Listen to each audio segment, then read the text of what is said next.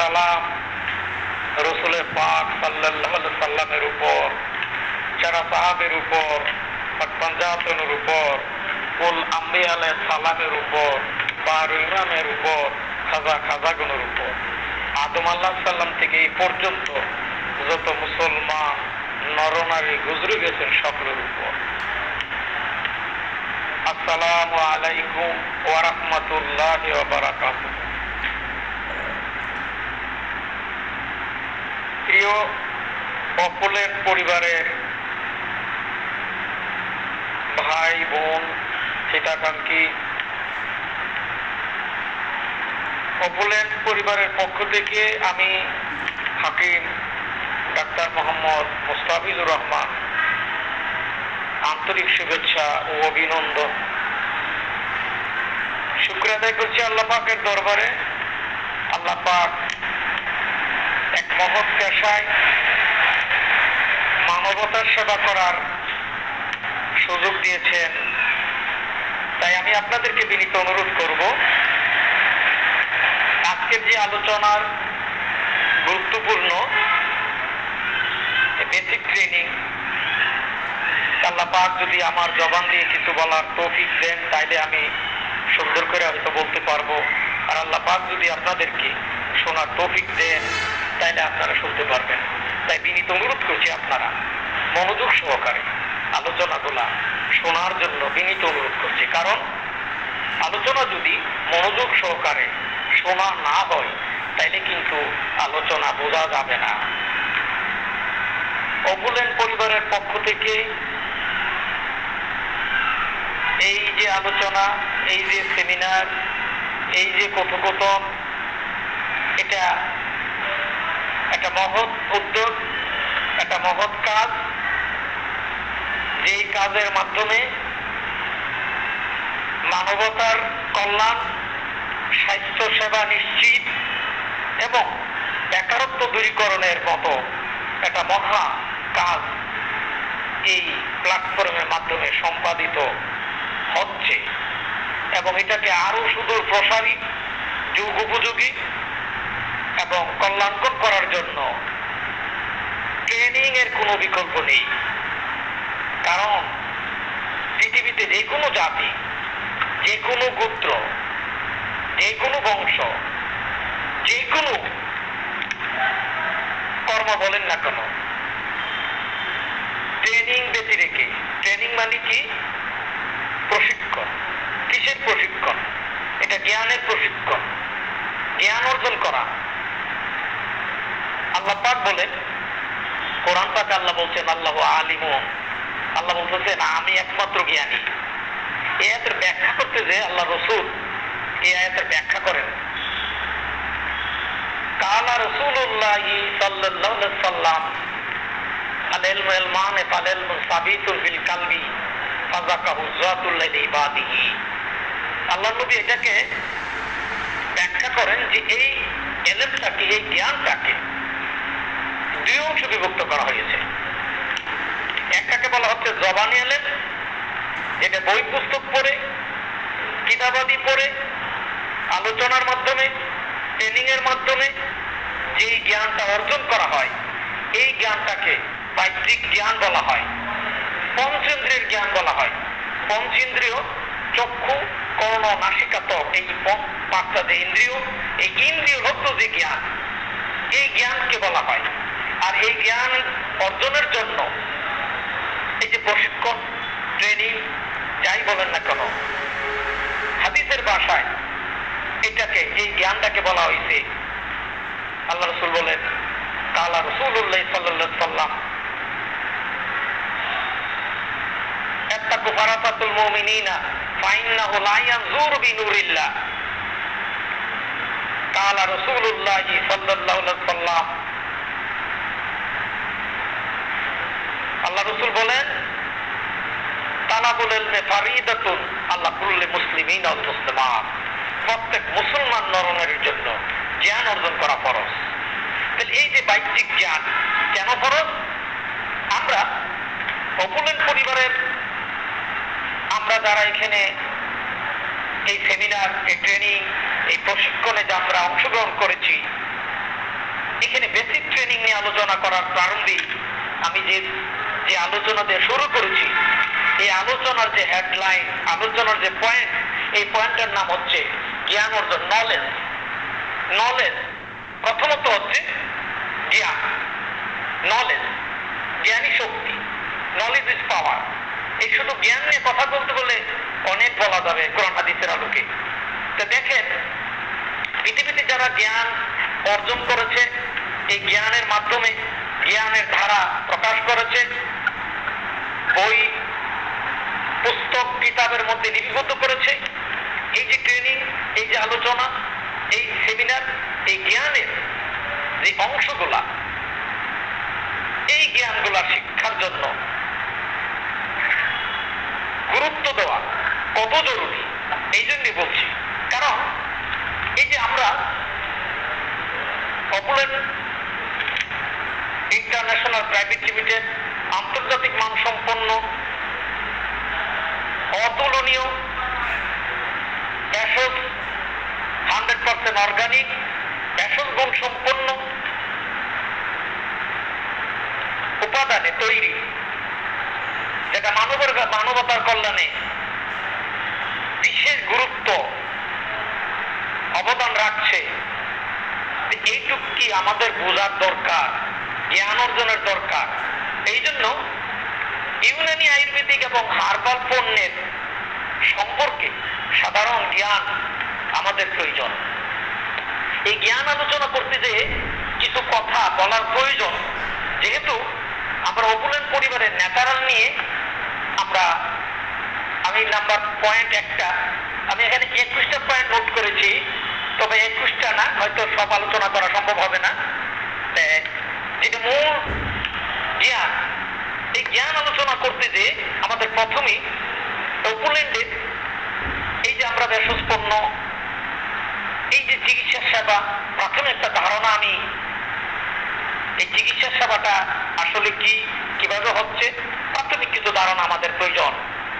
আসুন, এই পৃথিবীর সৃষ্টি থেকে শুরু করে আদম আলাইহিস সালাম থেকে আপনারা অতীত আলোচনার মাধ্যমে এই ন্যাচারাল বিজ্ঞান, ন্যাচারাল এই চিকিৎসার ধরন এবং এর প্রভাব, উৎপত্তি, আবিষ্কার, প্রচার, প্রসার, মানবতার কল্যাণে ভূমিকা, শীর্ষক কিছু আলোচনা অতীতে কিছু হয়েছে।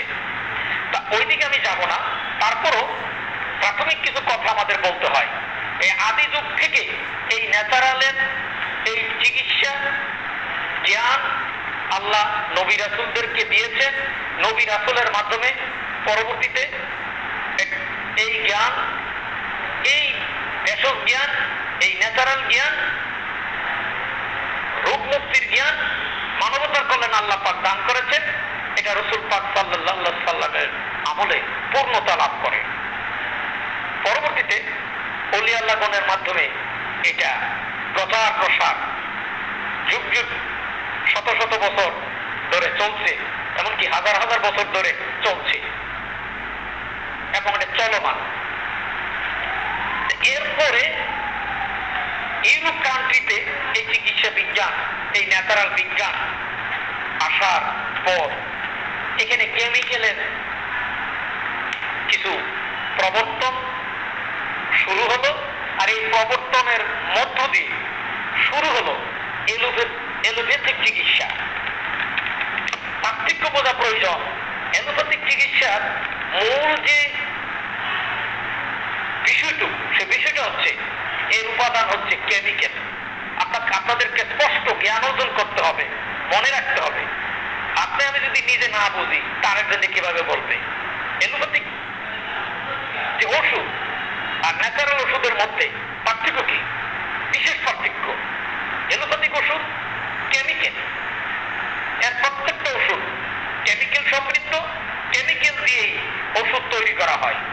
যেমন উল্লেখ করা যায় নাপা, এই যে প্যারাসিটামল, এই বিষাক্ত এই নাপা, এই বিষনাশক মানবতার কল্যাণে সামান্য উপকার করে বটে, কিন্তু এর ক্ষতি যথেষ্ট এবং কিডনি ধ্বংস করা থেকে শুরু করে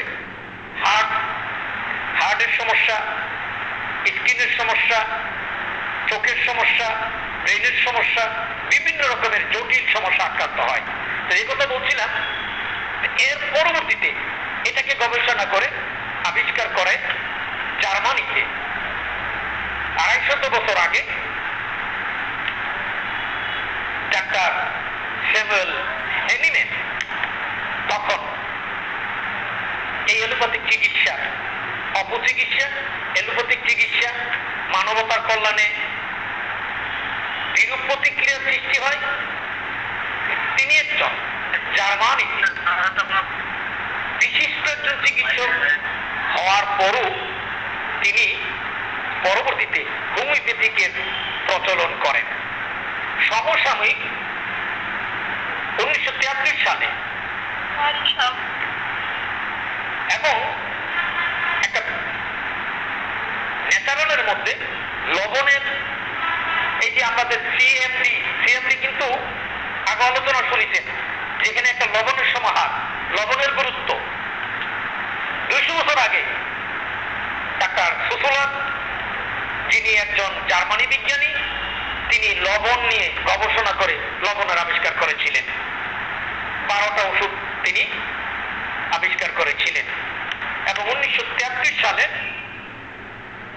1833 সালে তিনি একটা প্রবন্ধ রচনা করেন এই ওষুধের উপরে, যেটা আজও পৃথিবীতে সমাদৃত এবং জার্মানিতে ইন্টেরসিলফাইড এবং যেটাকে আমরা বায়োকেমিস্ট্রি অর্থাৎ বায়োকেমিক ওষুধ বলি, যেটা ট্যাবলেট আকারে, অর্থাৎ এখানে 12টা লবণ দিয়ে ওষুধ তৈরি করা হয়। লবণের গুরুত্ব, আর এই লবণের গুরুত্ব আলোচনা আমরা সিএমডি প্রোডাক্ট নিয়ে যখন আলোচনা করেছি, এই লবণের গুরুত্ব, লবণের কাজ কিছু আলোচনা করেছিলাম। তো যাই হোক, তো পরবর্তীতে অর্থাৎ এলোপ্যাথিক চিকিৎসা হচ্ছে কেমিক্যাল, যেটা মানুষের উপর প্রয়োগ নয়, এর প্রয়োগ জীব জানোয়ারের উপরে, পশুর উপরে। যেমন আপনারা জানেন করোনা ভাইরাসের টিকা পরীক্ষা যখন করেছে তখন কিন্তু মানুষের উপর প্রথম প্রয়োগ করে নাই, জীব জানোয়ারের পরীক্ষা করেছে, বিড়ালের উপর পরীক্ষা করেছে। পরীক্ষা করার পরে এই এলোপ্যাথিক সিস্টেম কোনো মানুষের উপর পরীক্ষিত নয়। অপরপক্ষে ন্যাচারাল যে ওষুধ, এটা প্রত্যেকটা ওষুধ মানুষের উপর পরীক্ষিত। প্রত্যেকটা ওষুধ মানুষ ব্যবহার করেছে, আর সে আজ থেকে নয়, আদি যুগ থেকে শুরু করে এখন পর্যন্ত চলছে, যেটা মানুষের উপর পরীক্ষিত। এই জন্য ন্যাচারালের গুরুত্ব বেশি, ন্যাচারালের ক্ষতিকর দিক নাই বললে চলে।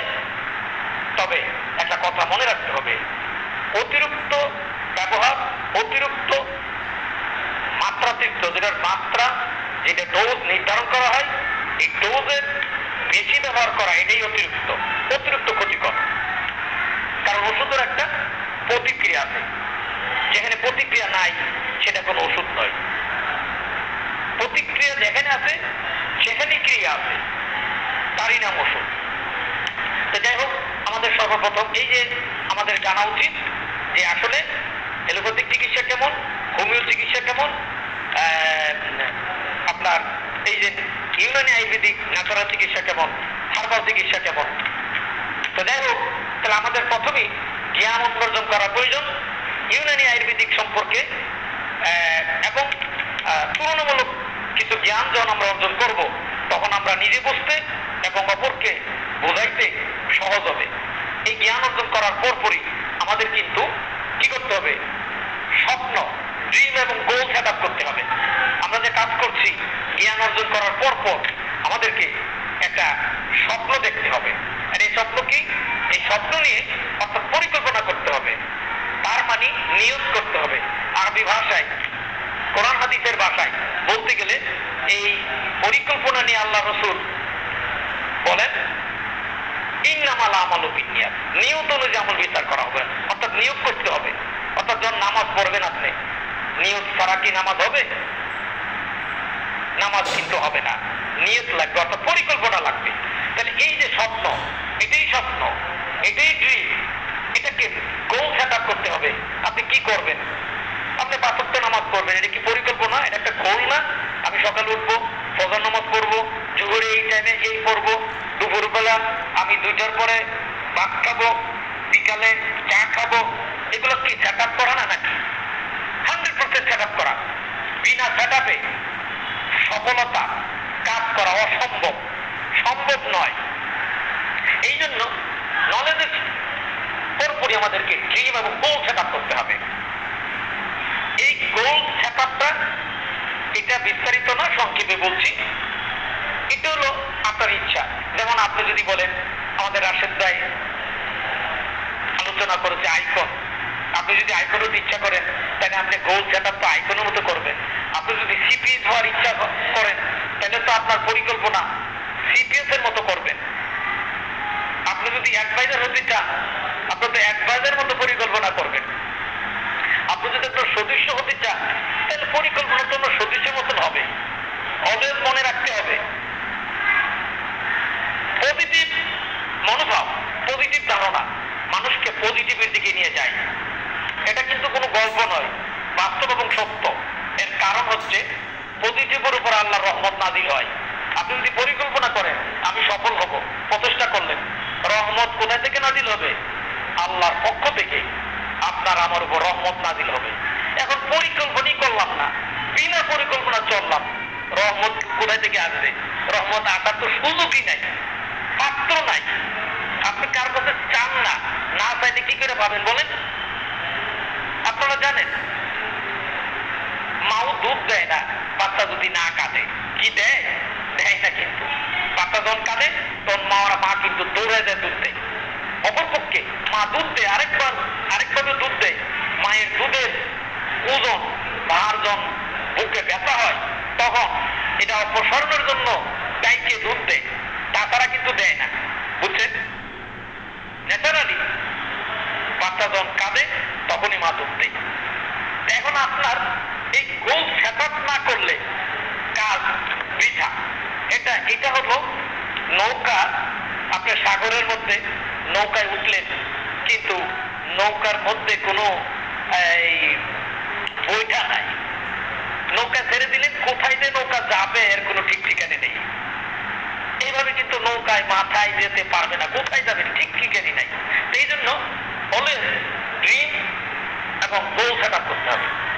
এই কিভাবে সেট আপ করার পরে পরবর্তীতে 3য় নম্বরে আমাদের আসতে হবে, আমরা যে পরিকল্পনা করলাম আমি সিপিএস হব, আমি অ্যাডভাইজার হব, আমি মাসে এত টাকা ইনকাম করব, আমি স্বাচ্ছন্দ্যে চলবো, ঠিক আছে, আমার জীবনযাত্রার মানকে উন্নত করব, আপনি প্রচেষ্টা শুরু করলাম। পরিকল্পনা মাফিক চেষ্টা, প্রত্যেক কাজ এটা জরুরি, গুরুত্বপূর্ণ।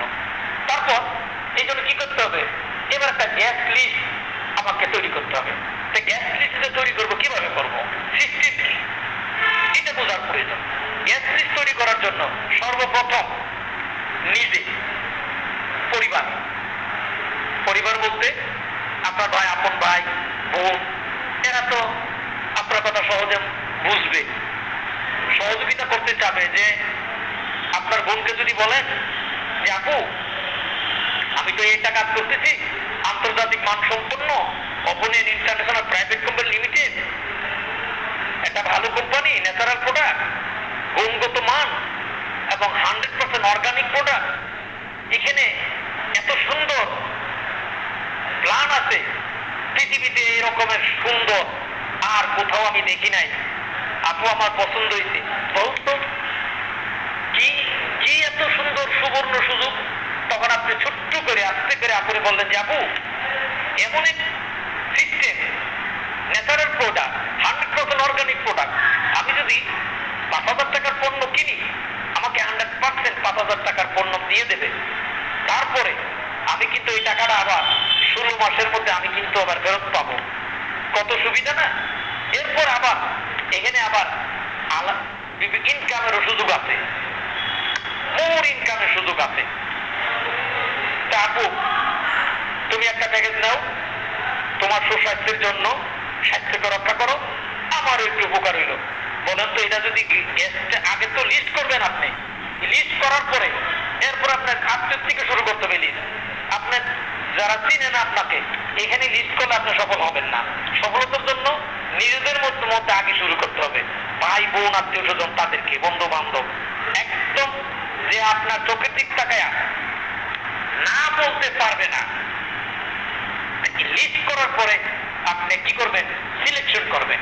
সিলেকশন হচ্ছে আত্মীয় স্বজন, আপনার বন্ধু, আপনার পরিচিত, যারা আপনাকে না করবে না, যারা আপনাকে বিশ্বাস করে, এমন লোক, তাদেরকে সিলেকশন করবেন। যাদের কাছে আপনি বিশ্বাসী, যাদের কাছে কথা বললে আপনাকে বিশ্বাস করবে। আপনি এমন লোকের সাথে কথা বলছেন, সে আপনাকে বিশ্বাসই করে না, দামই দেয় না, উল্টা পাল্টা আরো কথা বলে, বুঝছি বুঝছি, আমার এই টাকাটা নষ্ট করার একটা লাইনে তুমি হাঁটতেছ, ও ডেস্টিনি এসে পড়ছে, ভাই ডেস্টিনির কাজ করবো না, ডেস্টিনি আমি অনেক বিপদে পড়ছি, এই কাজ করে এসেছি। অর্থাৎ নেগেটিভ কথাবার্তা বলতে থাকবে, কারণ আপনাকে বিশ্বাস করে না। তাই আপনি সিলেকশন যদি ভুল করেন, সিলেকশন হবে এমন, সিলেকশন কেমন হবে? যেমন আপনি পাখি শিকার করবেন, পাখি শিকার করতে গেলে আপনি যে বন্দুকের গুলি পাখির গায়ে লাগবে কিনা, আপনি যদি সিলেকশন কিভাবে গুলিটা করবেন, সিলেকশন যদি করতে না পারেন, পাখির গায়ে কি গুলি লাগবে? কখনো লাগবে না। আপনি সিলেকশনই করতে পারেন নাই, গুলি দিলে চলে গেল, আপনি উল্টা পাল্টা অন্য দিক চলে গেল। নিবিড় ভাবে সিলেকশন করতে হবে, গুলি দিবেন সাথে সাথে টু দা পয়েন্টে পাখির গায়ে পড়বে। আমি একটা খেলায়, আমি খেলার ভিতরে বল বাস্কেট ঝুড়ির ভিতরে ফেলতে হয়, আমি 200 লোকের ভিতরে থার্ড হলাম। পরপর 3 বার আমার এই টেনিস বল ওই ঝুড়ির ভিতর ঢুকেছে। আমি কিভাবে দিয়েছিলাম? আমি টু দা পয়েন্টে দূর থেকে একদম মনে হয় যেন মেপে মেপে ঠিক মাঝখানে ফেলে দিলাম। This is selection. আপনি সিলেকশন যদি সঠিক করতে পারেন, সফলতা আপনার দ্রুত এবং চূড়ান্ত পর্যায়ে সফলতা আপনি পাবেন। আর আপনি যদি সিলেকশনে ভুল করেন, যেমন বিয়ে করতে যদি সিলেকশনে, নির্বাচনে যদি ভুল করেন, আপনার ওয়াইফ যদি খারাপ হয়, পরে সারা জীবন সিলেকশন ঠিক না করার কারণে আপনি কিন্তু কষ্টর পর কষ্ট ছাড়া কোনোই আপনার নসিবে হবে না। এর কারণ ভুল কার? ভুল হলো আপনার, আপনি সিলেকশন করতে ভুল করেছেন। অতএব সিলেকশন এমন ভাবে করতে হবে যেন সফলতার দ্বারপ্রান্তে আপনাকে নিয়ে যায়। গ্যাস মিস করবেন, আর গ্যাস মিস করার জন্য বিভিন্ন আপনার প্রয়োজনীয় বিভিন্ন কিন্তু উৎস আছে। আপনি যদি কোনো চাকরি করে থাকেন, আপনি এখানে বিভিন্ন বন্ধু বান্ধবদের লিস্ট থাকতে পারে, মোবাইল যারা আপনার ফ্রেন্ড আছে, ফেসবুক ফ্রেন্ড আছে, হোয়াটসঅ্যাপে আপনার লিঙ্ক আছে, আপনি অফিস বিভিন্ন রকমের আপনার সাথে লিঙ্ক থাকতে পারে। এই নাম্বারগুলা যাচাই করে বাছাই করে লিস্ট করে এটাকে কয়েকটা ভাগে ভাগ করতে হবে। ফার্স্ট সিলেকশন হবে আপনার আত্মীয় স্বজন, নিকটতম বন্ধু বান্ধব, তারপরে হবে এরপরে মোটামুটি কাছাকাছি পরিচিত, তারপরে হবে অপরিচিত। অসম্ভব না, পৃথিবীটা একদম হাতের মুঠায়। অপরিচিত লোক হইল যদি আপনি কি করেন, রিলেশন বিল্ড আপ করতে পারেন। রিলেশন বিল্ড আপ নিয়ে পরে কথা বলবো। রিলেশন বিল্ড আপ যদি করতে পারেন, আর রিলেশন বিল্ড আপ করতে গেলে লাগে ভালোবাসা। Love is all, love is life. প্রেমের কারণে, ভালোবাসার কারণে, রিলেশন বিল্ড আপের কারণে আপনার অল্প সময়ের পরিচয় মধ্যে সে আপনার বন্ধু পরিণত হতে পারে। আপনার ব্যবহার, আপনার ভাষা, আপনার অ্যাপ্রোচিং, এটাকে বলা হয়। এই জন্য ব্যবহার লোকে বলে, এবং বিভিন্ন জায়গায় দেখবেন লেখা থাকে ব্যবহারে বংশের পরিচয়।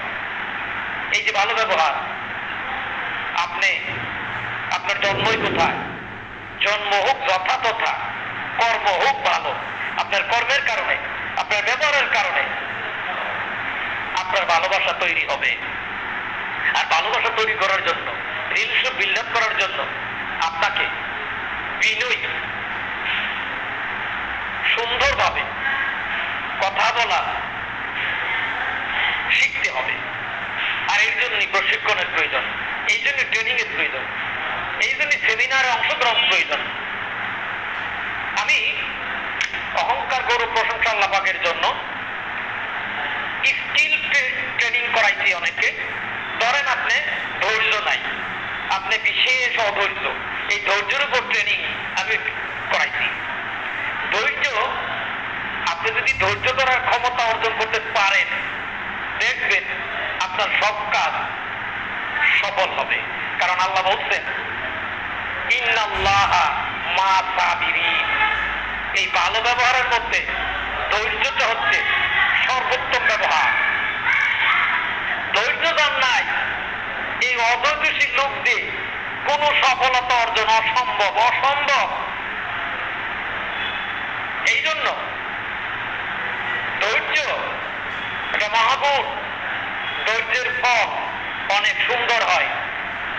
এই জন্য মাওলানা জালালউদ্দিন রুমি ধৈর্য নিয়ে কথা বলতে যে উনি বলেছেন যে ঝিনুক এক ফোঁটা পানি, বৃষ্টির পানি পাওয়ার পরে ঝিনুক শান্ত হয়ে যায়। এত ধৈর্য ঝিনুকের মধ্যে, ঝিনুক এক ফোঁটা পানি প্রাপ্ত হইয়া ঝিনুক তার মুখটা বন্ধ করে সন্তুষ্ট হয়ে যায়। আর এই এত ধৈর্যের কারণে আল্লাহ পাক ওই ঝিনুকের মধ্যে মুখটা দেন। এর নাম ধৈর্য। ধৈর্য মহাগুণ। আল্লাহ বলছেন আমি নামাজের সাথে আছি, আল্লাহ বলে নাই। রোজাদারের সাথে আছি, আল্লাহ বলে নাই। আমি হজকারীর সাথে আছি, আল্লাহ বলে নাই। আল্লাহ বলছেন আমি যারা ধৈর্যশীল তাদের সাথে আছি। ইন্নাল্লাহা মা সাবিরিন। বিহেভিয়র, ভালো ব্যবহারের সবচেয়ে যে বড় আদর্শ, আর এই আদর্শটার নাম হলো ধৈর্য। ধরেন একজনে ভুল বুঝে আপনাকে আমাকে একটু গালাগালি করল, সে একটা গালি দিল, আপনি কি করলেন? সে একটা দিল, আপনার দিতে হবে, আপনি দিবেন 5টা। কিন্তু আপনি যদি একটু ধৈর্য ধরেন, কিছুক্ষণ পরে দেখবেন সে আপনার পায়ে ধরে ক্ষমা চাবে, সরি, দুঃখিত, আমি আসলে বুঝতে পারিনি, আমি ভুল করেছি, আমাকে ক্ষমা করে দেন। আপনার পায়ে পড়বে, আপনার পায়ে ধরবে, অথবা আপনার হাতে ধরবে। সে বুঝতে সক্ষম হবে। আর আপনি যদি অধৈর্যশীল হন, সে কিন্তু বুঝবে না, বরং আপনার যথেষ্ট ক্ষতি করতে পারে। এই জন্য ধৈর্য ভালো ব্যবহারের একটা সবচেয়ে বড় পরিচয়। আল্লাহ পাক আমাদেরকে যে জবান দিয়েছেন, এই জবানটা দিয়েছেন ভালো ব্যবহার করার জন্য। এই জন্য কোরআন পাকে আল্লাহ পাক এই যে ভাষা সুন্দর ব্যবহার করতে যে আল্লাহ বলেছেন সবচেয়ে খারাপ যার ভাষা ব্যবহার, এটা হলো গাধার শব্দের মতন, গাধার সাথে তুলনা করা হয়েছে। দেখবেন অনেকে কথা বললে আপনার তার কথা শুনতে ইচ্ছা করবে না, তার কাছে যেতে ইচ্ছা করবে না। কথার এত মানে কিরম যেন একটা কথা বললে যেন খারাপ লাগে, ভালো লাগে না। আবার কিছু লোক আছে কথা বললে আপনার কথা শুনতে ইচ্ছা করবে, যেন কথার ভিতরে মধু মাখা, কথার মধ্যে যেন জাদু আছে। ওই জাদুকরি কথা যখনই কেউ শুনে তার হৃদয়ের মধ্যে আকর্ষণ তৈরি হয়, ভালোবাসা তার হৃদয়টা উজ্জীবিত হয়, ওই ব্যক্তি প্রেমে পড়ে। প্রেম বলতে শুধু মহিলার সাথে প্রেম তা না, মা ছেলেকে ভালোবাসে, ছেলে মাকে ভালোবাসে, ভাই বোনকে ভালোবাসে। ভালোবাসা এটা সবার জন্য উন্মুক্ত। ভালোবাসার মাধ্যমে সফলতা অর্জনের জন্য ভালোবাসা দিয়ে অনেক কিছু করতে হবে। সব ক্ষেত্রে কঠোরতা দেওয়া হয় না, তবে কিছু ক্ষেত্রে যেখানে কঠোরতার প্রয়োজন সেখানে কঠোরতা ছাড়া হয় না। তো যাই হোক, সিলেকশন যেটা বলেছিলাম, সিলেকশনটা ওইভাবে আমাদেরকে করতে হবে। তারপর সিলেকশনের পরে এইবার আমরা কিন্তু দাওয়াত দিতে শুরু করব, ইনভাইট করব। দাওয়াত দেখেন পৃথিবীর যুগ যুগ ধরে সব কাজে কিন্তু দাওয়াতের প্রচলন। আপনার বাড়িতে যখন দাওয়াত দেবো তারপর আমি যাবো, দাওয়াত ছাড়া কিন্তু আমি যাবো না। কি যাবো? যাবো না। দাওয়াত ছাড়া কারো বাড়ি যাওয়া, কারো বাড়ি খাওয়া এটা উচিত না, ঠিক না। দাওয়াত দেওয়া লাগবে, আপনি যেই হন না কেন, আপনার ভাই হোক, বোন হোক, আত্মীয় হোক, আপনাকে দাওয়াত দেওয়া লাগবে। দাওয়াত দিলে তারপরে দেওয়া লাগবে, অথবা দাওয়াত নিতে হবে টেকনিক্যালি। যদি দাওয়াত না দেয়, দাওয়াত গ্রহণ করবেন, কইরা তারপরে তার আপনি খেতে হবে। তো যাই হোক, আমাদের ইনভাইট, দাওয়াত দিতে হবে। আর দাওয়াত দিলাম, দাওয়াত দিলে কি সফল হওয়া যাবে না? তারপরে কিন্তু ট্রেনিং এর ব্যবস্থা করতে হবে। এই যে আলোচনা হচ্ছে কিভাবে দাওয়াত দিতে হবে, এটা ট্রেনিং এ যদি না আসে, যে আমি যে কথা বলছি শুধু যদি নলেজ নিয়ে কথা বলি, জ্ঞান নিয়ে কথা বলি, এক একটা ইয়ার উপর কথা বললে 1 ঘন্টা কথা বলা লাগবে। তো যাই হোক, এখানে ইনভাইট করলাম, ইনভাইটের পরে এবার সেমিনার। এই সেমিনারে যখন একটা লোক আসবে, এখানে বিশেষজ্ঞ আছে, ভালো বুঝের লোক আছে, জ্ঞানের লোক আছে, যাদের অ্যাপ্রোচিং, যাদের কথাবার্তা ব্যবহার সুন্দর, বাচন ভঙ্গি, কথার স্টাইল অনেক সুন্দর, অনেক মাধুর্য, মানুষ তাদের কথা শুনতে চায়। এটা আল্লাহর দয়া, এটা আল্লাহ তাদেরকে মনোনীত করছেন। এই ধরনের কিছু লোক এমন, যাদের কথা শুনলে মানুষের হৃদয়টা জুড়ে যায়, আরো শুনতে ইচ্ছা করে। এদের ট্রেনিং যখনই আসবে, তখন তার মন মানসিকতা, যদি সে সুন্দরভাবে ট্রেনিং এই প্রশিক্ষণটা শুনে, তার মন মানসিকতা চেঞ্জ হয়ে যাবে। এটা শুধু বাহ্যিক নয়, আভ্যন্তরিক, কোরআন হাদিস যে কোনো বিষয়ে এই মনোযোগের কথা, শোনার কথা, কোরআন পাক এবং হাদিস পাকে যথেষ্ট বলা হয়েছে যে এই ট্রেনিং এর কথা, প্রশিক্ষণের কথা, আলোচনা শোনার কথা। দেখেন আল্লাহ পাক বলছেন, তোমরা উপদেশ দিতে থাকো, উপদেশ মুমিনের কাজে লাগবে। এটা আল্লাহর কথা, কোরআন পাকের ভাষায় এটা বাংলা অর্থ। আল্লাহ বলছেন, মুমিনদেরকে বলছেন, তোমরা কি করো? উপদেশ দিতে থাকো, উপদেশ মুমিনদের কাজে লাগে।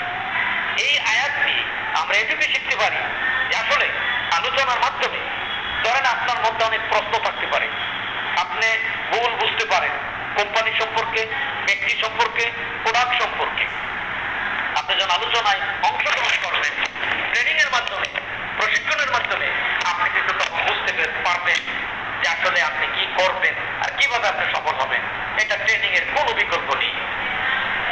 এরপরে আপনার ক্লোজিং, এরপরে আলোচনা করার পরে, ট্রেনিং এর পরে, আপনার সেমিনারের পরে আপনি কিন্তু তার সাথে একটা মোটামুটি একটা ক্লোজিং এ বসলেন।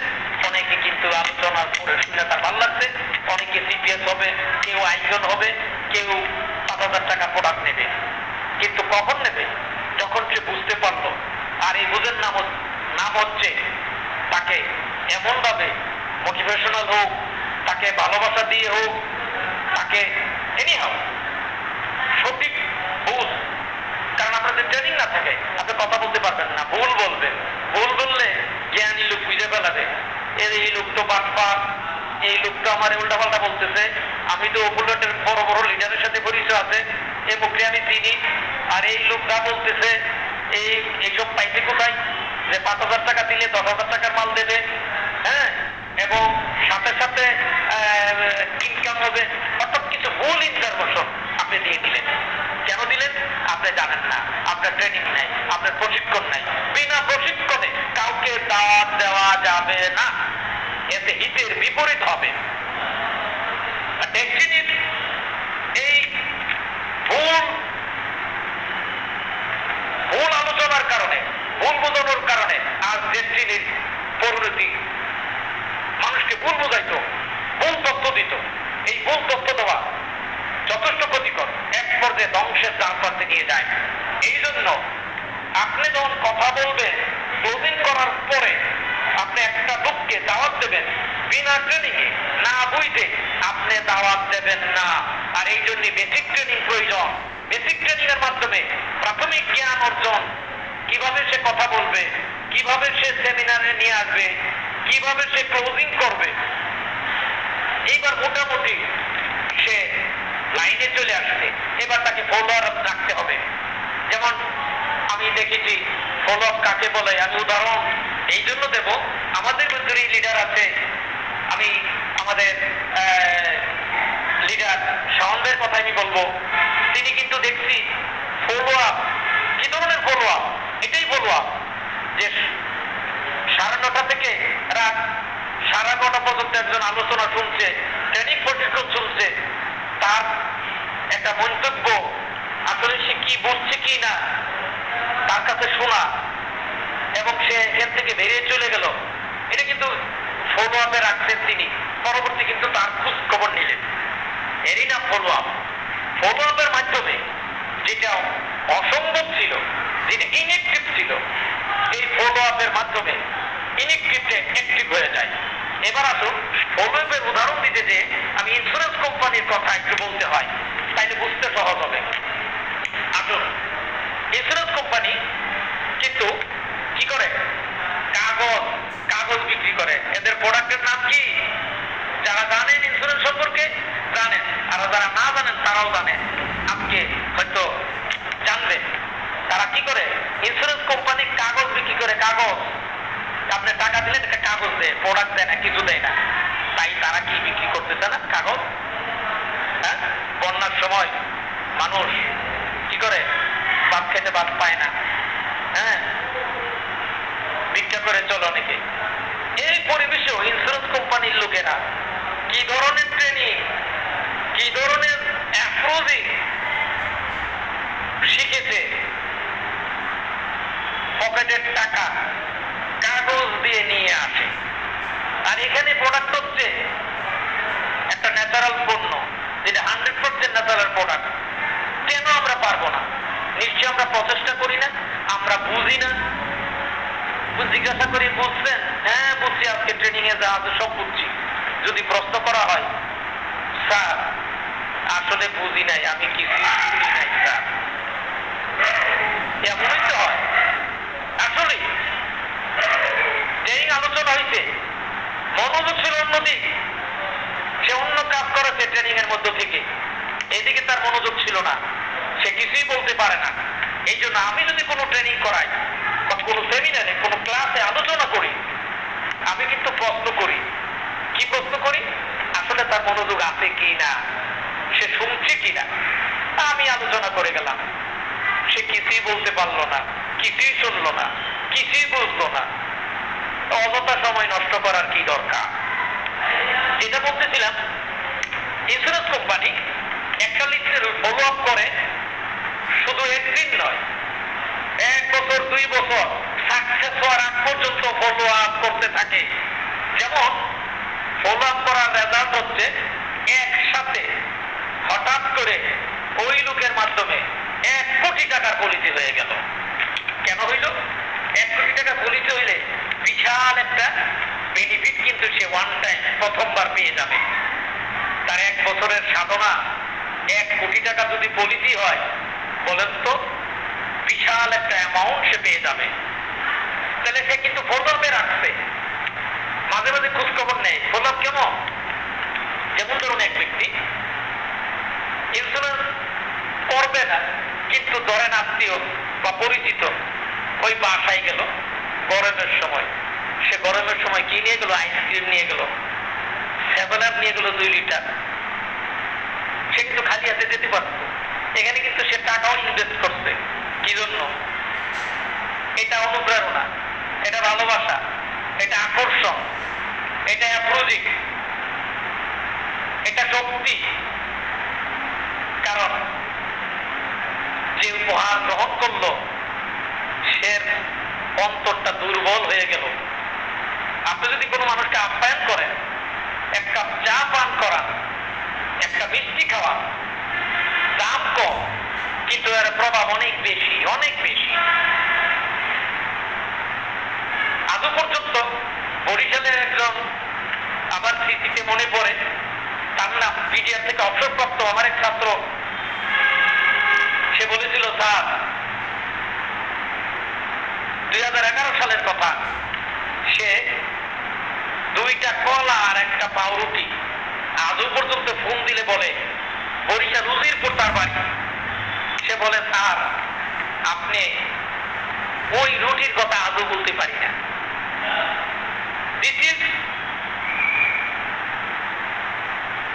Motivational follow up. কারণ ফলো হচ্ছে আপনি এই রুটি, এক পিস রুটি আর কলা দিয়ে তারে ফলো আপ কি করলেন, ফলো আপের ভিতরে ঢুকাই দিলেন। সে জীবনে আর কোনোদিন বলতে পারবে না। কারণ এমন এক পরিবেশে যেখানে কেউ কিছুই দেয় নাই, তাকে দুপুরবেলা আপ্যায়নের ব্যবস্থা নাই, সেখানে এক ব্যক্তি যখন 2টা কলা, একটা রুটি আর এটা যেন ফলো আপের মাইল ফলো ফেলে রয়ে গেল 2011 সাল, আজও 25, আজও সে ফলো আপের ভিতরেই রয়েছে। এখনো শ্রদ্ধা করে এবং শ্রদ্ধা করে স্মরণ করে। This is follow up. তো ফলো আপ সঠিকভাবে যদি ফলো আপ করা যায়, সফলতা তার প্রান্তে নিয়ে যাবে। ফলো আপ নিয়ে কথা বলতে গেলে শুধু 1 ঘন্টার প্রয়োজন। যাই হোক, এই ফলো আপের পরে তারপরে দেখবেন জয়েনিং হয়ে গেছে, জয়েনিং হয়ে গেল। এবার জয়েনিং এর পরে কিন্তু আপনার কাজ শেষ না। এই জয়েনিং এর পরে এই ব্যাপারটাকে ফলো আপ আরো বাড়াই দিতে হবে।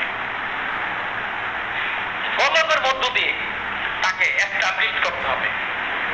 তারপরে তাকে প্রোডাক্টের নলেজ তাকে দিতে হবে। প্রোডাক্টের নলেজ যদি না দেন, যার কারণে প্রথম যদি আলোচনা করেছি নলেজ, জ্ঞান, জ্ঞান যেখানে নাই সেখানে কিছুই নাই, সেখানে সব কিছুই অসুস্থ হয়ে পড়বে। তাহলে জ্ঞানই শক্তি, জ্ঞান শক্তি। আর এই জন্য জ্ঞান অর্জন করা ফরজ। কালা রাসূলুল্লাহ সাল্লাল্লাহু আলাইহি ওয়াসাল্লাম তালাবুল ইলমি ফারিদাতুন আলা কুল্লি মুসলিমিনা ওয়াল মুসলিমাত। আর এই জ্ঞান অর্জন করার জন্য কার কাছে যেতে হয়? প্রশিক্ষণ কার কাছে নেবে? এই লাইনে যারা সফল, এই লাইনে যারা প্রশিক্ষিত। এই জন্য বিশিষ্ট বুজুর্গ, বিশিষ্ট দার্শনিক, বিশ্ববিখ্যাত দার্শনিক মাওলানা জালালউদ্দিন রুমি, তিনি এনার মসনবী শরীফে, ওনার বিশ্ববিখ্যাত কিতাবে উনি লিখেছেন, এক জমানে সোহবতে আউলিয়া বেতরাব সদ সলাত আদবেরিয়া। এক মুহূর্তের জন্য আল্লাহওয়ালার সোহবত তাকে কামিয়াবের জন্য, সফলতার জন্য নিয়ে যেতে পারবে। তো এখানে আমরা এই বাহ্যিক জ্ঞান অর্জনের জন্য, সফলতার জন্য যারা সফল হয়েছে তাদের ট্রেনিং, তাদের সাহচর্য আমাদের প্রয়োজন। কোন ব্যক্তি তাদের সাহচর্য যদি থাকে, উঠা বসা করে, ধরেন একজন সফল লিডার, ধরেন সফল লিডারের সাথে যদি যা সফল সেই ব্যক্তির সাথে যদি উঠা বসা করে, বলেন তো আপনাকে কি খারাপের দিকে নিয়ে যাবে না ভালোর দিকে? এই জন্য আমার আলোচনা আসলে সংক্ষিপ্ত আলোচনা করাটা আমি কমই পারি। আমি আলোচনা শুরু করলে যে কোনো পয়েন্টে টাইম চলে যায় কিভাবে আমি বলতে পারি না। সংক্ষিপ্ত আলোচনা করার অভ্যাসটা আসলে আমার কম। যাই হোক, তো প্রোডাক্ট নিয়ে আমাদের এই নলেজ, এই জ্ঞান অর্জন করতে হবে এবং আমাদের যারা জয়েন হলো মেম্বারদেরকে এই জ্ঞান আমাদেরকে শিখাইতে হবে। এরপরে এই জ্ঞানের পরে তাদেরকে নিয়ে আপনার টিম মিটিং, আপনার তো অনেক জয়েনিং হয়েছে, এই জয়েনিং নিয়ে আপনি যে ঘরে বসে থাকলে হবে না, তাদেরকে নিয়ে মিটিং করতে হবে। যেমন এখন যে আলোচনা হচ্ছে, সেমিনার হচ্ছে, টিম মিটিং হচ্ছে, এটা কি জন্য? এটা কিন্তু এই বেসিক ট্রেনিং এরই একটা অংশ, বিশেষ অংশ। এর মাধ্যমে আমরা জ্ঞান অর্জন করতে পারি, যে জ্ঞান আমাদেরকে সফলতা দিকে নিয়ে যাবে। কারণ জ্ঞান ব্যতীত কোনো কিছু সফলতা সম্ভব না। যে জ্ঞান, যে লাইনে জ্ঞান, নেটওয়ার্ক লাইনে যে জ্ঞানী, এই লাইনে যে সফল, তার সাথে যখন উঠা বসা করে সেও জ্ঞানী হয়ে যায়। এই জন্য সহবতের গুরুত্ব, যারা সফল ব্যক্তির সাথে উঠা বসার গুরুত্ব অপরিসীম। এই জন্য এটা আমাদেরকে অর্জন করতে হবে। তো যে কথা বলতেছিলাম, বেসিক যে ট্রেনিং, এই ট্রেনিংটার মূলই হচ্ছে প্রাথমিকভাবে একটা প্রোডাক্ট, একটা পণ্য, কাজ, এটা সুন্দরভাবে বোঝাই দেওয়া, যাতে করে কাজ করতে সুবিধা হয়। এখানে যারা অংশগ্রহণ করছে মনে রাখবেন, প্রত্যেকটা মানুষ জ্ঞানী। আল্লাহ প্রত্যেকটা মানুষকে জ্ঞানী করে সৃষ্টি করেছে। কার ভিতর থেকে কি বের হয় এটা কিন্তু কেউ জানে না। এমন হতে পারে নতুন দু একটা কথা আপনি শুনলেন, যে এই কথা আপনি জীবনে কোনোদিন শুনেন নাই। আর এই বেসিক ট্রেনিং নিয়ে যদি কোরআন এবং হাদিসের সাথে ম্যাচিং আলোচনা, কোরআনের আয়াত, হাদিস শরীফ, এখানে বিভিন্ন বিশ্ববিখ্যাত দার্শনিক এই সমস্ত বিভিন্ন ঘটনার আলোকে পরবর্তীতে আবার এই বেসিক ট্রেনিং এর মধ্যে এই আলোচনাগুলা, এই আলোচনার মূল যে বিষয়বস্তু সেটা হচ্ছে জ্ঞান, জ্ঞান অর্জন এবং আমাদের ব্যবহারটাকে সুন্দর করতে হবে। এই ব্যবহার সুন্দরের জন্য এই বেসিক ট্রেনিংটা লাগবে। যেমন সেলসের মার্কেটিং এ বাংলাদেশের যত ধরেন ওয়ার্ল্ড ওয়াইড কোম্পানি এবং মাল্টিন্যাশনাল কোম্পানি, যে কোনো কোম্পানি বাজার সেলসের মার্কেটিং যখন করে, ট্রেনিং করা হয়। ট্রেনিং না করে কিন্তু মার্কেটে দেওয়া হয় না। কেন? এখানে বিভিন্ন পয়েন্টের উপরে আলোচনা করা হয়, ট্রেনিং করানো হয়। যেমন ধরেন উল্লেখযোগ্য বলতে হয়, ধরেন আপনি একজনের দাওয়াত ইনভাইট করতে যাবেন, ইনভাইট করতে যায় দেখেন ওই বাড়িতে স্বামী স্ত্রী গন্ডগোল অথবা ভাইয়ে ভাইয়ে গন্ডগোল, তা নিয়ে দৌড়াদৌড়ি করতেছে। আপনি এর ভিতরে যে মাঝখানে যে বললেন যে ভাই আমি একটু আসছিলাম, আপনারা আমি এরকম অপোলে ইন্টারন্যাশনাল একটা কোম্পানি, ইন্টার প্রাইভেট লিমিটেড, ভাই আপনার একটু দাওয়াত দিতে আইছিলাম, আমি আসছিলাম। বলুন তো, এমনও হতে পারে ওই ব্যক্তি গায়ের আঘাত আপনার উপরে পড়তে পারে, আপনি নিঃশেষ হয়ে যেতে পারে। এক ঘটনা উল্লেখ করতে হয়, চট্টগ্রামের থাই ফুডের মাইকেল বাবু, এখানে এক প্রতিনিধি, সেলস রিপ্রেজেন্টেটিভ মার্কেটে অর্ডার করতে গেছে। অর্ডার করতে যাওয়ার পরে কোথায় গেছে? এক পাইকারি দোকান, যেখানে ধরেন লক্ষ লক্ষ টাকা সেল হয়, পাইকারি, এই দোকানে গেছে। যাওয়ার পরে বলতেছে ভাই আমি আসছিলাম থাইপুর থেকে বিস্কিট নিয়ে। সে ইশারা দিচ্ছে যে আমার কাস্টমার আছে পরে। সে বারবার কথা বলতেছে, বারবার কথা বলতেছে, সে বারবার কথা বলতেছে।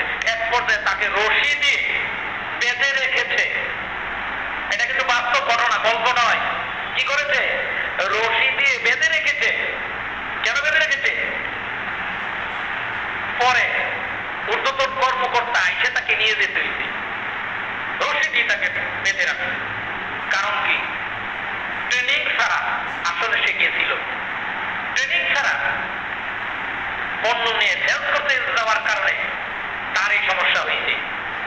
তা আমরা যে প্রোডাক্ট সেল করব, আমরা যে মানবতার সেবা দেব, আর মানবতার সেবা দেওয়ার জন্য ট্রেনিং লাগবে। যেমন ডাক্তার, আমি একজন হাকিম, এই হাকিম হওয়ার জন্য আমাকে 6 বছর পড়াশোনা করা লাগবে। 2015 সাল থেকে গ্রাম ফার্মাসিউটিক্যালের আমি জেনারেল ম্যানেজার ছিলাম, আমি নিউ হারবাল ল্যাবরেটরিজের মার্কেটিং ম্যানেজার ছিলাম। পরবর্তীতে এইচএস ল্যাবরেটরিজের এক্সিকিউটিভ ডিরেক্টর ছিলাম। এখনো পোল্যান্ডের সাথে জড়িত আছি। তাহলে এখানে তো অভিজ্ঞতা অর্জন করতে হয়েছে, এমনি তো না। বিনা অভিজ্ঞতা কি কথা বলতে পারত না? অসম্ভব। অন্যের উপর যদি কথা বলি, ঘন্টার পর ঘন্টা কথা বলতে পারবো ইনশাল্লাহ। এটা গৌরব কৃতিত্ব আমার না, এটা আল্লাহ দান, সেটা আল্লাহ দয়া করুন না, এটা আমার কোনো অহংকারের না। তো যে কথা বলছিলাম, তাইলে কি বেঁধে রাখবে? আপনি একজনদের দাওয়াত দিতে যাবেন, বললেন এটা খুব ভালো প্রোডাক্ট, এটা আন্তর্জাতিক মানসম্পন্ন, প্রমাণ লাগবে। এই প্রমাণের জন্য বেসিক ট্রেনিং এর মধ্যে বিশেষটা হলো নিজে ব্যবহার করার। আমরা বলি যে আপনি নিজেকে ব্যবহার করবেন। যেমন তুলসী, তুলসী নিয়ে কথা বলার বিশেষ প্রয়োজন হয় না, কারণ তুলসী সবাই কম বেশি তুলসী ব্যবহার করতেন না এমন লোক কিন্তু নাই, এই ফ্যামিলিতে নাই বললে চলে, আমি যতটুকু জানি। কাজে তুলসী নিজে ব্যবহার করতে, সে আরেকজনের কথা বলতে কিন্তু তার কথার স্টাইল ওজনটাই আলাদা হয়ে যায়। আপনি নিজে ব্যবহার করলেন না, মনের ভিতর টুকটুক করতেছে আমি যে বলতেছি এটা এত উপকার, আসলে কি তাই? এই জন্য আপনি প্রোডাক্ট নিয়ে আলোচনা করার আগে নিজে প্রোডাক্ট ব্যবহার করতে হবে। আর এই কারণে যে ব্যক্তি নিজে করে না অত সম্পর্কে করতে বলে, এটা আল্লাহ পাকের নিষেধ এবং আল্লাহ রসুলের নিষেধ। অর্থাৎ আপনি যা করেন না আরেকজনকে তা আপনি বলতে পারেন না। ধরেন আপনি নামাজ ভালো কাজও, এটাও নিষেধ। আপনি নামাজ পড়েন না, আপনি আরেকজনের নামাজ পড়ার কথা আপনি বলতে পারেন না। নিজে যে আমল করবেন না আরেকজনকে বলার এখতিয়ার আপনার নাই। আল্লাহ রসুল মিষ্টি খাওয়া পছন্দ করতেন। আপনারা সেই হাদিস, সেই গল্প যাই হোক আপনারা জানেন যে আল্লাহ রসুল মিষ্টি খাওয়া বন্ধ করে তারপর বলেছেন, এর আগে কিন্তু নিষেধ করেন নাই। আল্লাহ বলছেন তোমরা যা করো না, তোমরা আরেকজনকে করতে বলো, এটা কি তোমাদের কি লজ্জা লাগে না? অর্থাৎ স্পষ্ট আপনি যা করবেন না আরেকজনকে তা আপনি বলতে পারেন না। এই জন্য বেসিক ট্রেনিং এর বিশেষত্ব হচ্ছে আমরা এটাকে বোঝানোর চেষ্টা করি আমরা নিজেরা ব্যবহার করব এবং অপরকে ব্যবহার করার উদ্বুদ্ধ করব। আমি কিন্তু প্রোডাক্ট ট্রেনিং এর প্রত্যেকটা কথার মধ্যে কিন্তু প্রায় এই কথাটা আমি রাখি, কারণ আপনি নিজে যদি ব্যবহার না করেন আপনার ভিতর থেকে কথা ওইভাবে আসবে না। তো বেসিক ট্রেনিং এর মাধ্যমে কিভাবে আমরা স্বপ্ন বাস্তবায়নের জন্য গোল সেট আপ করবো, আমরা গ্যাস কিভাবে লিড করবো, সিলেকশন কিভাবে করবো, ইভেন্ট কিভাবে করবো, সেমিনারের ট্রেনিং এর মাধ্যমে কি কি শিখবো, ক্লোজিং কিভাবে করবো এবং ফলো আপটা কিভাবে করবো, জয়েনিং হওয়ার পরে কাজ কি এবং মেম্বারদের ফলো আপ কিভাবে করবো, টিম বিল্ডিং কিভাবে করবো, টিম মিটিং এর গুরুত্ব কি। তবে মনে রাখবেন হাত আর মন মানসিকতা না থাকলে কোনো ব্যক্তির পক্ষে সফলতা অসম্ভব। আপনি কাগজে কলমে লিখে নিতে পারেন, অসম্ভব। ওই ব্যক্তি লিডার না, লিডার যে নিজের স্বার্থপর, নিজের স্বার্থটাই দেখে, সে কোনোদিন লিডার হতে পারে না, সে অভিভাবক হতে পারে না। অভিভাবক ওই ব্যক্তি যিনি নিজেরটাও দেখবে এবং তার সহকর্মীদেরটাও দেখবে। নিজে খাবে আরেকজন খাবে না, তা হবে না। এটা লিডারের গুণ। লিডারশিপ, লিডারের গুণ হল সর্বসময় নিজের স্বার্থ থেকে কর্মীদের স্বার্থ বড় করে দেখা। এইটা যার মধ্যে নাই সে লিডার হতে পারে না। এই জন্য এই লিডারশিপ কোয়ালিটি, আমি যদি লিডারশিপ কোয়ালিটির আলোচনা করতে চাই সেটা সময় লাগবে, পরে এক সময় এটা করা যাবে। এই লিডারশিপ, লিডার এমনি না, লিডার হতে হবে। আপনার যদি যোগ্যতা না থাকে, জ্ঞান না থাকে, আপনার সব আছে, আপনার ব্যবহার অসুন্দর, আপনি অসভ্য, আপনি লিডার হতে পারবেন না। আপনার কিছুই নাই, আপনার সম্পদ নাই, আপনার ব্যবহার সুন্দর, আপনার সম্পদের অভাব হবে না। সম্পদ আপনার দিদি দৌড়াবে আপনার ব্যবহারের কারণে, আপনার প্রচেষ্টার কারণে। আপনার ব্যবহার, আপনার প্রচেষ্টা, আপনার অনুপ্রেরণা আপনাকে সফলতা প্রাপ্তি নিয়ে যাবে। আর এই জন্য সকল ব্যক্তির সাথে উঠা বসা করা জরুরি, গুরুত্বপূর্ণ। তো বেসিক ট্রেনিং, এই ট্রেনিং এর মাধ্যমে আমাদের পণ্য সম্পর্কে, আমাদের গোল থাকার সম্পর্কে এবং আমরা কিভাবে কাজ করব এই সম্পর্কে বিস্তারিত আলোচনা এই ট্রেনিং এর মাধ্যমে আমরা অর্জন করতে পারি। এইভাবে সফলতা এটা একটা নির্দিষ্ট ধারাবাহিকভাবে প্রচেষ্টা নীতিমালা। যেমন উল্লেখ করা যেতে পারে, যেমন ধরেন সবসময় পরিকল্পনা করতে হবে আজ রাতে কালকে কি করবে, পরিকল্পনা কি কালকে সকালে উপস্থিত করবে, এটা কোনো পরিকল্পনা না। ওই পরিকল্পনাকারী সফল হতে পারবে না। পরিকল্পনা করতে হবে আগের দিন করতে হবে, পরিকল্পনা করতে হবে দৈনিক পরিকল্পনা, সাপ্তাহিক পরিকল্পনা, মাসিক পরিকল্পনা, 6 মাসিক পরিকল্পনা, 1 বছরের পরিকল্পনা, 2 বছরের পরিকল্পনা, 5 বছরের পরিকল্পনা। এর বেশি করার প্রয়োজন নেই। কারণ পরিকল্পনা অনুযায়ী যদি প্রচেষ্টা হয়, সফলতা আপনাকে আমাদের সফলতা তার আপনার বেশি যাবে। কারণ এটা আল্লাহ রহমত। মানুষ যা প্রচেষ্টা করে এই জন্য আল্লাহ বলছে মানুষ যা চায় তা পায়। তার অর্থ হচ্ছে নিজেই বলেছে যাচ্ছেন আল্লাহ পাক তোমরা প্রচেষ্টা করো, দেওয়ার মানে আমি প্রচেষ্টা করো আমি দেব। প্রচেষ্টা করবা না পাওয়ার আশা নেই। এই জন্য সফলতার জন্য আমাদের এই ট্রেনিং এর মাধ্যমে আমাদের শিখতে হবে। কারণ আপনি কিভাবে কথা বলবেন, আপনার দ্বারা যাতে প্ল্যাটফর্মে কোনো ক্ষতি না হয়, আপনার দ্বারা যাতে আপনার যাতে প্রতারক না হয়। লিডারশিপ কোয়ালিটির মধ্যে সবচেয়ে বড় গুণ, তিনি মানবিক, প্রতারক না, মানবতার কল্যাণে কাজ করেন। খালি নিজের স্বার্থ দেখেন না, তিনি প্রতারক না। তার মানে এই নয় নিজে লস করলো, বাড়ি গাড়ি বেঁচে দিয়ে কর্মীদেরকে দিয়ে দিল, এরকমের না। এটা লিডার নয়। লিডার হচ্ছে নিজে বাঁচলো আর কর্মীদেরকে বাঁচার প্রচেষ্টা করলো এবং বাঁচার উপায় দেখিয়ে দিল, সহযোগিতা করলো। টাকা দিয়ে সহযোগিতা করা না, সবচেয়ে বড় সহযোগিতা হচ্ছে পরামর্শ দিয়ে এবং ওই কাজে সফলতার জন্য প্রয়োজনীয় পদক্ষেপ নেওয়ার মাধ্যমে সফল করে তোলা। এটা সবচেয়ে বড় সহযোগিতা।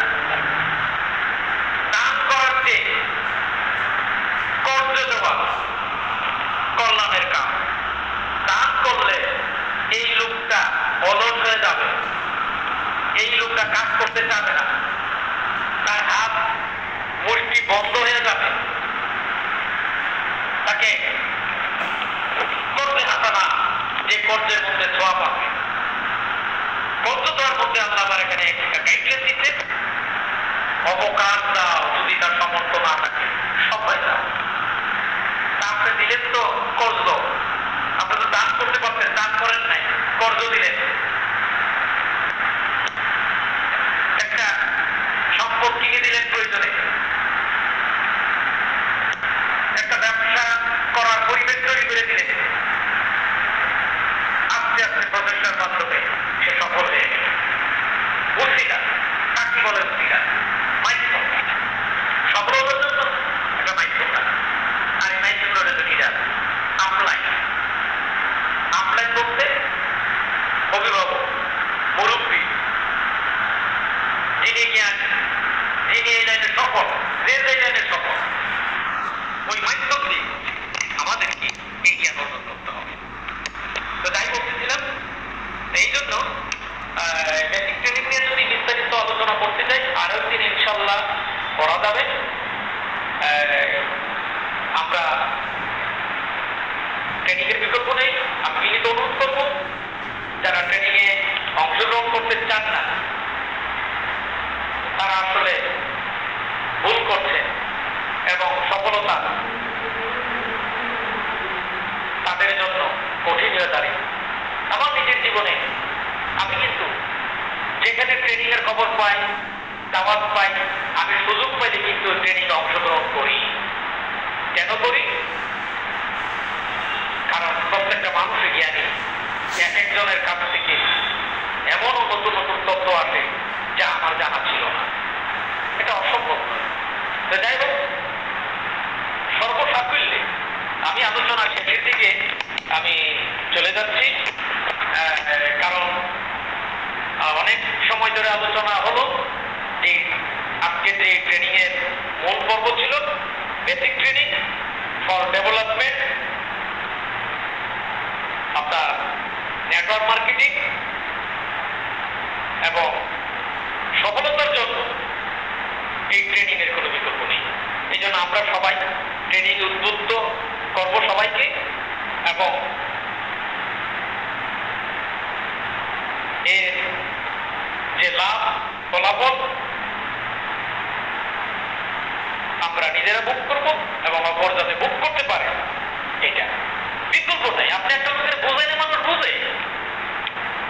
আমি বলতে চাই, অভিজ্ঞতার আলোকে বাংলাদেশে যত ধরনের, আমি বিভিন্ন বিষয়ের উপর গবেষণা করি।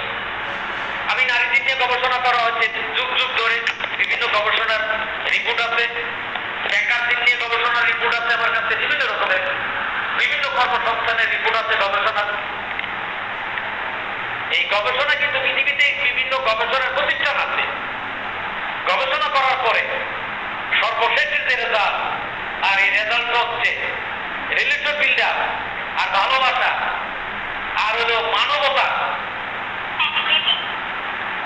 তো যাই হোক, তো এই কারণে গবেষণা করতে হবে, নিজে গবেষণালব্ধ কথাগুলো শুনতে হবে।